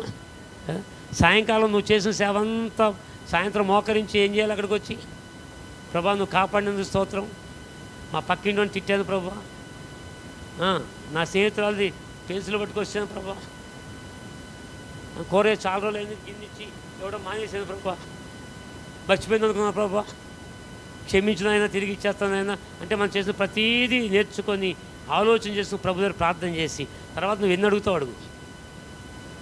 ఎప్పటికప్పుడు అలా అడగకపోతే పరలోకమందు నా పేరుంది ప్రభా, పేరుంది ప్రభా అంటుంది కదా. ఆ పేరున్న పుస్తకం పక్కన ఇంకో పుస్తకం ఉంది, అందులో ఏ రోజుకి రోజు పాపాలు వదిలేస్తే 2 పేజీలు ఉంటాయి.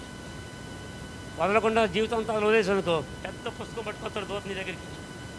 అబ్బా పెద్ద పుస్తకం చేశాను ప్రభా అంటే, చేసావు ఏం చేసావు?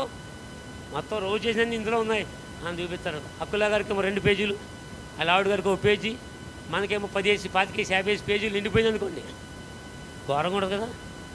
అందుకే సాయంకాలం ప్రార్థన ఎలా ఉండాలంటే, దినములు నువ్వు చేసిన సేవ ఎవరికి సువార్త చెప్పావు అనుకో, సువార్త కొరకు వాళ్ళని సిద్ధపరచు ప్రభా. నేను చెప్పిన మాట హృదయంలోకి వెళ్ళినట్టు సహాయం చేయి అని ప్రార్థన చేసే అనుభవాలకు మీరు రావాలి. దేవుడు అందుకే సంఘమును ఏర్పరిచాడు. అదే కాకుండా అపవాది మామూలుగా లొంగడు కాబట్టి ఎఫ్సీలో చెప్పాడు కదా, మనకు 6 అధ్యాయం ఉంటుంది కదా, దేవుడిచ్చు సర్వాంగ కవచాన్ని. ఏంటో అది, అందులో మాస్క్ లేదు, అన్నీ ఉన్నాయి కానీ మాస్క్ లేదు. సాతాను ఎంత కుయుక్తి అంటే, కోవిడ్ వచ్చిన తర్వాత సువార్త లేదమ్మా ఎక్కడ ఉందండి పాస్టర్. కోవిడ్ వచ్చాక సువార్త లేదు, సువార్తలు ఉన్నవాళ్ళు కూడా అద్భుతాలు జరిగినాయి కూడా ఇళ్ళలో వదిలేసి వీళ్ళ దగ్గర కూర్చోవడం మొదలెట్టి దేనికి అలవాటు పడిపోయారు? జూమ్కి అలవాటు పడిపోయారు. జూమ్ అని పేరు చెప్పి సీరియస్కి అలవాటు పడిపోయారు. హల్లెలూయా. అలాగా చల్లబడిపోయేలా చేస్తున్నాడు సాతానుడు. నేనేమంటానంటే, వీళ్ళు ఎవరన్నా నా మీద తిరగబడ్డారనుకోండి, తిరగబడిన వాడిని తిట్టను నేను.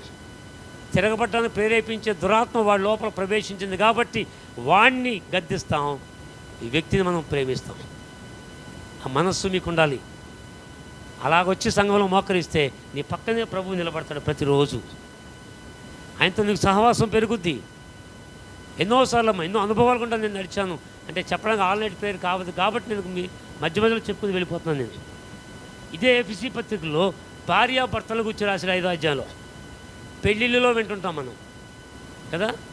అందులో చెప్పుతూ చాలా సంగతులు పౌలు చెప్తూ, నిన్ను సంఘాన్ని ఎలా ఉంచాలనుకున్నారో తెలుసా? 5వ అధ్యాయం చూడండి, 22వ వచనం నుంచి ఆ రాయబడి ఉంది. మీరు అప్పుడప్పుడు పెళ్ళిళ్ళలో చూస్తుంటాం, స్త్రీలారా ప్రభువునకు వలె మీ సొంత పురుషులు లోబడి ఉండండి, క్రీస్తు సంఘమునకు శిరస్సై ఉన్నలాగున శిరస్సై ఉన్నాడు. క్రీస్తు శరీరమునకు రక్షకుడై ఉన్నాడు. అవును, సంఘము క్రీస్తునకు లోబడినట్లుగా భార్యలు కూడా ప్రతి విషయంలోనూ తమ పురుషులకు లోబడవలెను. సంఘంలో ఉన్న ప్రతి ఒక్కరు ఏం చేయాలి ఇప్పుడు చెప్పండి? పురుషులకు లోబడుతున్నారా? హలో సిస్టర్స్, ఏ కుమార్తెలారా, పెళ్ళైన వాళ్ళారా, లోబడుతున్నారా? జీతమిత్తి లోబడుతున్నా లేదా? లోబడతావా? అన్ని విషయాల్లో. కొంతమంది తాగుబోతు పడుతున్నారు, ప్రార్థన చేస్తున్నారు, నాన్న రభస చేసేస్తుంటారు, అయినా సరే ప్రభువుని బట్టి లోబడుతున్నారా? సంఘం చాలా గుడ్నెస్ అని దేవుడు తప్పకుండా మిమ్మల్ని అద్భుతంగా దీవిస్తాడు, మీ కుటుంబాలు కదా. ఇంకేం చెప్తుందమ్మా? పురుషులారా మీరును మీ భార్యలను ప్రేమించుడి. ఇక్కడ తక్కువ మంది ఉన్నారు, ఇక్కడ ఎవరు లేరు. ఇక్కడ ప్రేమించండి, భార్యను ప్రేమించండి. అటువలే క్రీస్తు క్రీస్తు కూడా ఏం చేస్తారు? సంఘాన్ని ప్రేమించి అది కలంకమైనను. చెప్పండి ఇప్పుడు చెప్పండి, సంఘం ఏముండకూడదు? కలంకమైనను, ముడతైనను, అట్టిది మరి ఏదైనను లేక పరిశుద్ధమైనది గాను నిర్దోషమైనది గాను మహిమగల సంఘము గాను ఆయన తన ఎదుట దానిని నిలవబెట్టుకొనవలెనని వాక్యముతో ఉదక స్నానము చేత, చెప్పండి, వాక్యమనే ఉదక స్నానము చేత దానిని పవిత్రపరిచి. ఇప్పుడు సంఘము పవిత్రపరచబడాలంటే దేని వల్ల పవిత్రపరచబడదో చెప్పండి నాకు. వాక్యాన్ని ఎలా ఉతక స్నానం చేసుకోవాలి మనం? వాక్యం పాస్టర్ గారు ఉతుకుతున్నారా లేదా సబ్బెట్టి ఉతుకునే? పర్లేదమ్మా అన్నారా? ఉతకాలి గట్టిగా. ఉతుకుతుంటే ఉంటారా మీరు చర్చిల్లో? మా చర్చిలో ఉతికితే ఉండరండి, చాలామంది తగ్గిపోయారు. ఈ బయటకు 500 మంది సంఘం ఉండాలి, లేరు, 100 లోపు ఉన్నారు. ఉతుకుతాం వాక్యంతో, దాన్ని నచ్చతాడికి. పాపము చేయకు అంటే నచ్చదు. ప్రతీది పట్టుకుంటారు పాస్టర్ గారు కదా బైబిల్ చెప్తుంది. చాలా జాగ్రత్తగా జీవించగలగాలి, అప్పుడే పరలోక రాజ్య ప్రవేశం సులువు అవుతుంది. పరలోక రాజ్యంలో దేవుడు మన ఉన్నతమైన స్థలంలో నిలబెడతాడు. ఇంకోటి తెలుసా మీకు? సంఘం అంట దేవదూతలకు తీర్పు తీరుస్తుందట. తెలుసా? విన్నారా ఎప్పుడన్నా? వెళ్ళదా? సంఘం వెళ్ళి యేసుప్రభువారు పక్కన కూర్చుని పెళ్లి కుమార్తెగా దేవదూతలకు తీర్పు తీరుస్తుందట. 1 కొరింథీ పత్రిక 6వ అధ్యాయము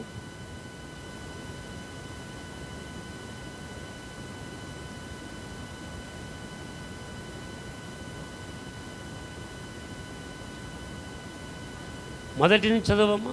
మీలో ఒకనికి మరి ఒకని మీద వ్యాగ్జం ఉన్నప్పుడు వాడు పరిశుద్ధుల ఎదుట కాక అవినీతిమంతుల ఎదుట, పరిశుద్ధుల లోకమునకు తీర్పు తీర్చుదురని మీరు ఎరుగుదురా? మీరెరగరా? మీ వలన లోకమునకు తీర్పు జరగవలసి ఉండగా మిక్కిలి అల్పమైన సంగతులను గూర్చి అవును తీర్పు తీర్చుటకు మీకు యోగ్యత లేదా? మనము దేవదూతలకు తీర్పు తీర్చుదామని చేసుకోండి. మన అందరం కలిపి ఏం చేస్తామంటే పరలోకానికి వెళ్ళి దేవదూతలకు తీర్పు మీరేమనుకున్నారు? ఎంతసేపు ఎంతకాలం పరలోకానికి వెళ్ళి శుద్ధి నేర్చుకోరా, స్తోత్రాలు చెప్తూ నేర్చుకోరా, బాగా శుద్ధి చేయాలనుకున్నారా? శుద్ధి ఎలాగుంటుంది? శుద్ధితో పాటు బాధ్యత ఉందట. అక్కడ దేవదూతలకు తీర్పు తీర్చగలిగే స్థాయిలో దేవుడు మనల్ని కూర్చోబెట్టబోతున్నాడు. అంత గొప్ప వ్యక్తులుగా దేవుడు మనం చూస్తుంటే మనమేమో చిన్న చిన్న విషయాల్లో కొట్లాటలు, దెబ్బలాటలు, చిరాకులు, అరగంట వాక్యం ఎక్కువైతే లేచి వెళ్ళిపోవడాలు, పాస్టర్ గారు కొంచెం గట్టిగా చెప్తే వచ్చేవారు రాకపోవడాలు, ఏంటి అలకటాలు ఏంటో నాకు అర్థం కాదు. సంఘాలు అలకలేంటండి? ఏదో అల్లుడు ఎప్పుడు అలకపోని ఎక్కేవాడట, అల్లుళ్ళు చేసేవారు ఆ పని. మీరు అలుగుతారండి సంఘానికి వచ్చి? సంఘం అంతా సమకూర్చబడి ప్రార్థన చేయాలి. పాస్టర్ గారి కోసం కూడా మీరు ప్రార్థన చేయాలి. ఎందుకో తెలుసా? మీ అందరికీ వాక్యం తెలుసు, కానీ పాస్టర్ గారిని దేవుడు అప్పగించాడు కాబట్టి బోధకులకు మరి ఎక్కువ తీర్పు ఉంటుందమ్మా. కనుక మా పాస్టర్ గారికి నిండా నోటి నిండా నీ వాక్కు పంపించిన ప్రార్థన చేసే బాధ్యత సంఘానికి ఉంది. సంఘము ప్రార్థన చేస్తుండగా దేవుడు తన వాక్కును విడుదల చేస్తాడు. నీకున్న ఆశను బట్టే దేవుని వాక్యం మీ మధ్యకి తీసుకురాబడుతుంది. మనం అక్కడే చాలామంది చెప్తుంటారు, ఆ పైకి వెళ్ళాక అరే ఏముండదురా స్తుతించడమే దూతలాగా. అలాగనుకుంటే భూలోకాన్ని చేయడం ఎందుకు? పెద్ద చరిత్ర అండి. భూలోకాన్ని చేయడం ఎందుకు?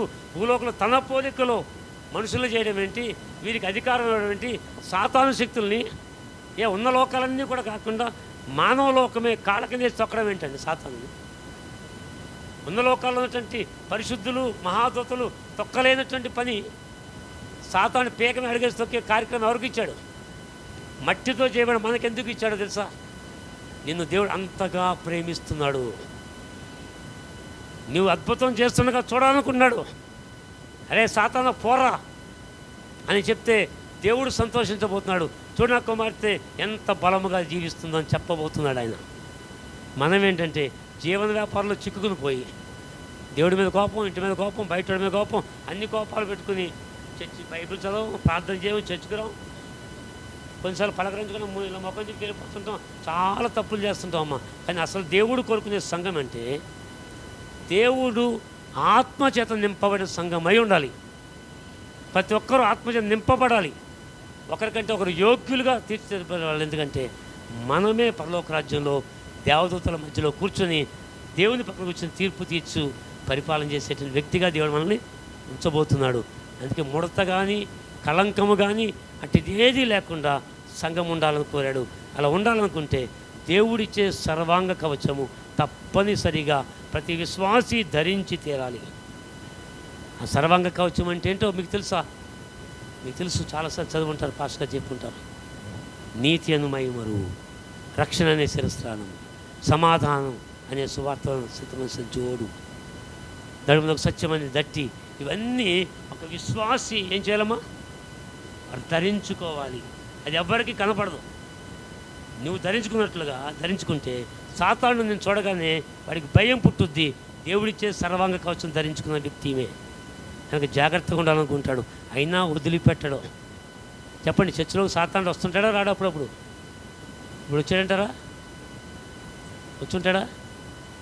అరగంట అయితే నేనే సైతానా? కాదు కదా. స్తోత్రం. వచ్చే ఉంటాడు. ఏం చేస్తుంటాడు? వాక్యం మానేసి ఏంటిది టచ్ ఫోన్ ఆడుతున్నారు కొంతమంది చూశాను. అవును, ఆడుకుంటారు కొంతమంది లోపల. ఇంకా అవదా? మొన్న వచ్చిన పాస్కరే బాగా చెప్పారు, వదలడా అని కొంతమంది తలంపులు వస్తాయి. ఎన్ని తలంపులు ఎవరి ద్వారా వస్తాయి? తెల్లవారిపోయినా పర్లేదు చెప్పనే అనే స్వభావం మీకు ఉండాలి. అయితే కరెక్ట్ అండి. పిల్లరా, సంఘం అనగానే పిల్లరా లోకంలోకి వెళ్ళగానే, చర్చలో ఉండడమే కాదమ్మా, లోకంలోకి వెళ్ళగానే లోకస్తులకు నీవు క్రీస్తు ప్రభువుని చూపించాలి. ఇది జరగాలి. సంఘంలో లేదు. నాకు అదే బాధ. ఎప్పటికీ కొంతమంది క్రైస్తవులు, సారీ అనుకోకండి, ప్రభువుని స్తుతిస్తూ బైబిల్ పక్కన పంచాంగం పక్కన పట్టుకు తిరుగుతున్నాను. తెలుసా పంచాంగం ఏంటి తెలుసా? ఏమే పండగ నాకు వచ్చిన కొమ్మ కూడా నా ఇంటికి పెట్టుకుంటాను, మామిడికొమ్మ. క్రిస్టియన్ కదా వద్దంటే పెట్టుకుంటే తప్పేంటి అనే సిస్టమ్ చూసాను నేను. వినాయక చవితి రోజు వాళ్ళ ఇంట్లో ప్రార్థన పడింది. ఏముండాలో తెలుసు, నాకు తెలుసు. నిన్నాను కూడా వాళ్ళ ఇంట్లో చాలా కాలం క్రితం ఉండరాళ్ళు డెలవతారికి. ఆ రోజు స్వీట్ అదే మాకు ఇచ్చేది. ఎందుకంటే వినాయక చవితి కదా. 8-10 చెప్పాడు ఆయన. ఆకాశం మంది కనపడి చిహ్నాలకు మీరు ఇప్పుడు కూడా క్రిస్టియన్ చాలామంది అత్తగారింటికి అమ్మాయిని పంపాలనుకో ఉండవే. అమావాస్య ముందు పంపుతావేంటి? ముందు ఎక్కడ ఉంది? ముందు ఎలాంటి క్రైస్తవులు తయారయ్యారు. ఆయన అంతే. మీరు అందరూ ప్రార్థన చేస్తారు, జారిపోవడం అంటే అదే. ప్రార్థన చేస్తారు, చర్చకు వస్తారు, కానీ అమావాస్య ఉందంటే ఆ కడుగు ముందుకేరు. ఏదో జరుగుతుంటే భయం వేసేస్తుంటుంది. ఇంకెలాంటివి చాలా చెప్పాలి. వీళ్ళేమో అనవసరం ఇది పెట్టారు, చెప్పడానికి వీలు లేనట్టుగా ఇవి పెట్టారు. కొన్ని ఇబ్బందులు ఉన్నాయి. క్రైస్తవులుగా మీరు ఉండాలనుకుంటే మొత్తం అన్నీ సమర్పించేసుకోవడం కాదు. అది కూడా క్రిస్టియానిటీ కాదు. సమర్పించుకుంటే స్తోత్రం, దేవునికి స్తోత్రం, వందనాలు. మీరు సమర్పించుకున్న వస్తువులన్నీ ఎక్కడ వేయాలి? సమర్పించుకుంటే మాట్లాడండి. దేవుని మందిరంలో వేసేయాలి, కానుకలు పెట్టి వేసేయాలి. ఎంతమంది వేశారు? సమర్పించుకున్న వాళ్ళు ఎక్కడ ఉన్నారా? సమర్పించిన వాళ్ళు ఇంట్లో పెట్టేసి ఇంకెప్పుడు వేసుకోమని చెప్పి లోపల పెట్టేసి ఎప్పుడైనా డబ్బులు అవసరమైతే మణిపురానికి వెళ్ళాలి కదా అని ఆగిపోయిన వాళ్ళు ఉంటారు కొంతమంది. అలా సమర్పణ అనేది హృదయపూర్వకంగా చేయగలిగేది. అలాగే సంఘం, ఆదిమ సంఘంలో కూడా సాతానుడు చాలా భయంకరమైన కార్యాలు చేసి అంత భక్తి జరిగి అంత ప్రార్థన జరిగే సమయాల్లో కూడా మీకు తెలుసు, ఇద్దరు భార్యాభర్తలు ఇద్దరిని పాడు చేసి ఇద్దరిని చంపేశాడు, అబద్ధం ఆడించి చంపేశాడు కదమ్మా. అలా ఆత్మీయ స్థితిలో మనం అబద్ధాలు ఆడినా, ఏమ్మా చర్చకు రాలేదంటే చుట్టాలింటికి వెళ్తావు, నడుమునే పాస్టర్ గారు అని అబద్ధం ఆడద్దు. ఒకరితో ఒకరు అబద్ధం ఆడకండి, సత్యమే చెప్పుకోండి.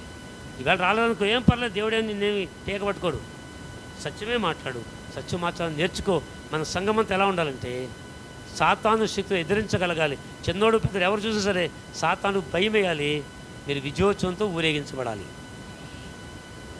అది దేవుడు సంఘం కోరుకునేటువంటి ఇలా ఉండాలి అని దేవుడు సంఘాన్ని కోరుకుంటే సంఘం ఎలా తయారైందో తెలుసమ్మా?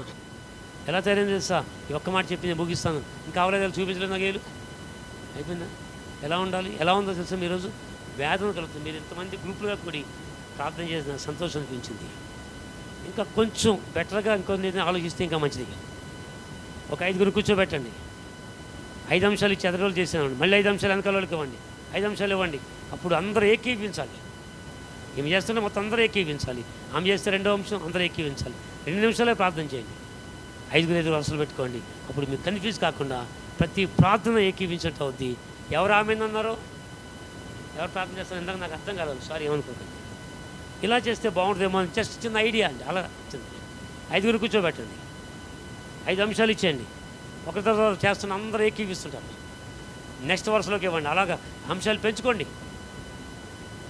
దేవునికి స్తోత్రం కలుగుంది కాక. అందులో మమ్మల్ని కూడా జ్ఞాపకం చేసుకోండి. Thank you. సలహా బ్రదర్, ఇంకోటి ఏం కాదు. పెద్దవాడిని నిలబడుతుంది సలహాలు అనుకోకండి, ఇచ్చిన సలహా వీలైతే చేయండి. రైట్. కనుక ఎఫ్ఎస్సి సంఘంలో అలాగుంటే సంఘం ఎలా ఉండాలో కోరుకున్నాడు దేవుడు. అయితే ఎలా ఉంది ఈరోజు సంఘం అంటే చూడండి, 1 కొరింథీ పత్రిక 5వ అధ్యాయం 5వ అధ్యాయం 1వ వచనం చూడండి. కానీ ఇంత చాలామంది ప్రార్థన చేసినప్పుడు ఈ అంశం కూడా ఉంది. మీలో జారత్వం ఉందని వదంతి కలదు. మీలో ఒకడు తన తండ్రి భార్యను ఉంచుకున్నాడట. ఇటు జారత్వము అన్ని జనుల్లో జరగదు.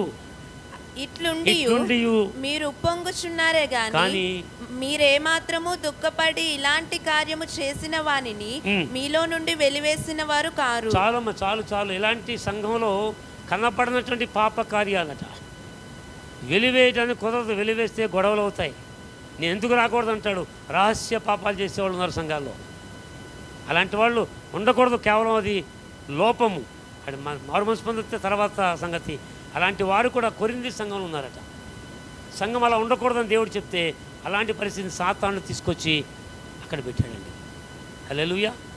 కనుక ప్రతి విషయంలో ఏది పాపము అంటే దేవుని వాక్యము కానిది ప్రతిదీ పాపమే.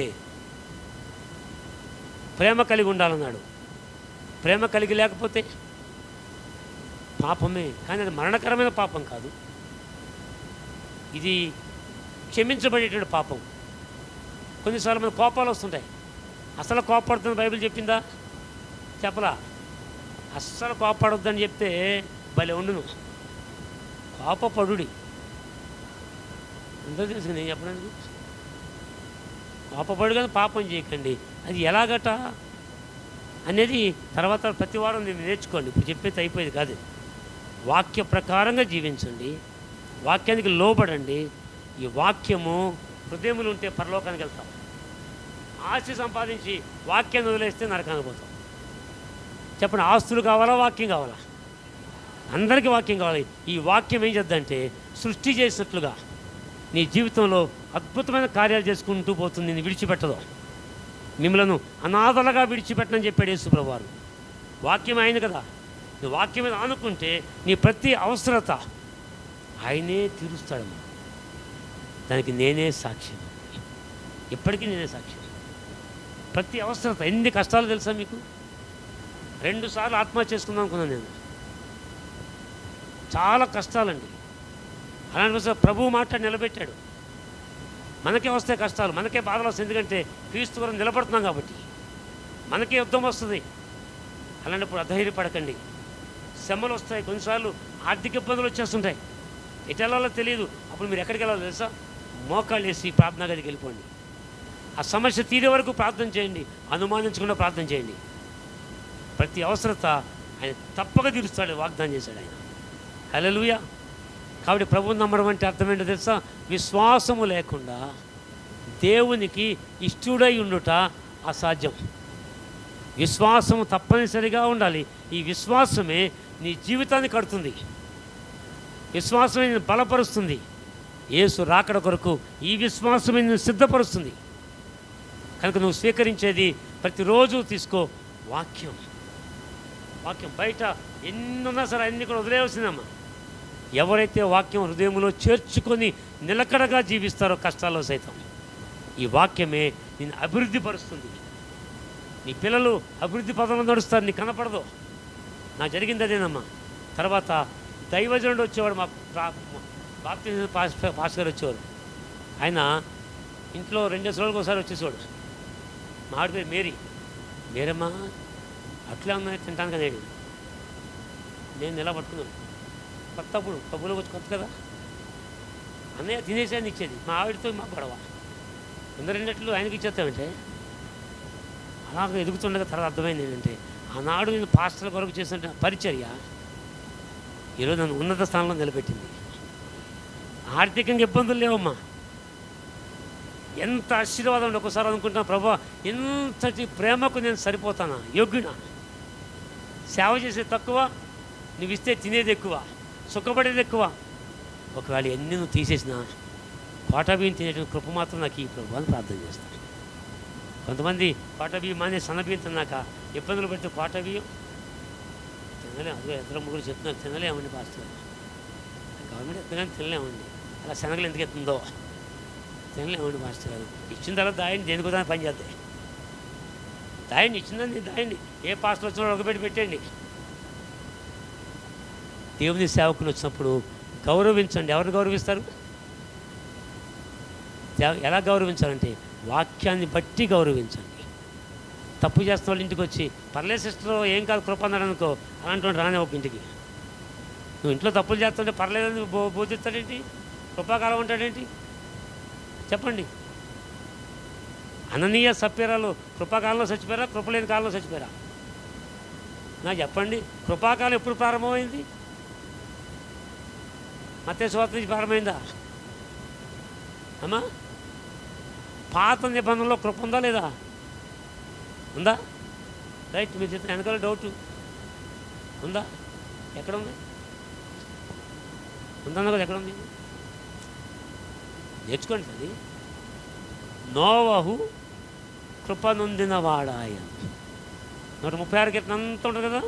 నీ కృప నిరంతరం ఉండు, నిరంతరం ఉండు. కృప మనవాళ్ళు కొత్త కాలమే యేసుప్రభు వచ్చి కృపాకాలం మొదలైందట.